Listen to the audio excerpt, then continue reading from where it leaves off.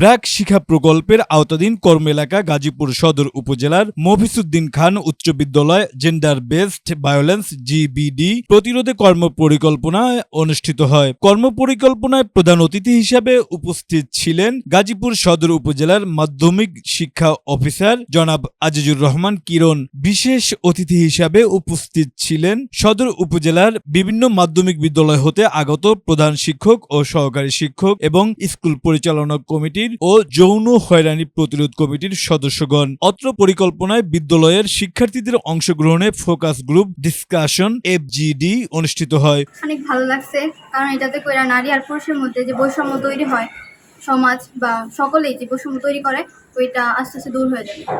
ব্র্যাকের যে উদ্যোগটা সেটা নিঃসন্দেহে একটি ভালো উদ্যোগ। আমরা চাই এই উদ্যোগটা অব্যাহত থাকে। এই জাতীয় উদ্যোগের কারণে সমাজ সচেতন হচ্ছে এবং ব্র্যাকের উদ্যোগটা আমার ভালো লেগেছে। এই কার্যক্রমের মাধ্যমে মাদক কমে আসছে, আমার খুব ভালো লেগেছে এবং এই জাতীয় কাজ আমরা যেন আরো করতে পারি সেজন্য আমরা ব্র্যাকের কাছে অনুরোধ জানাচ্ছি।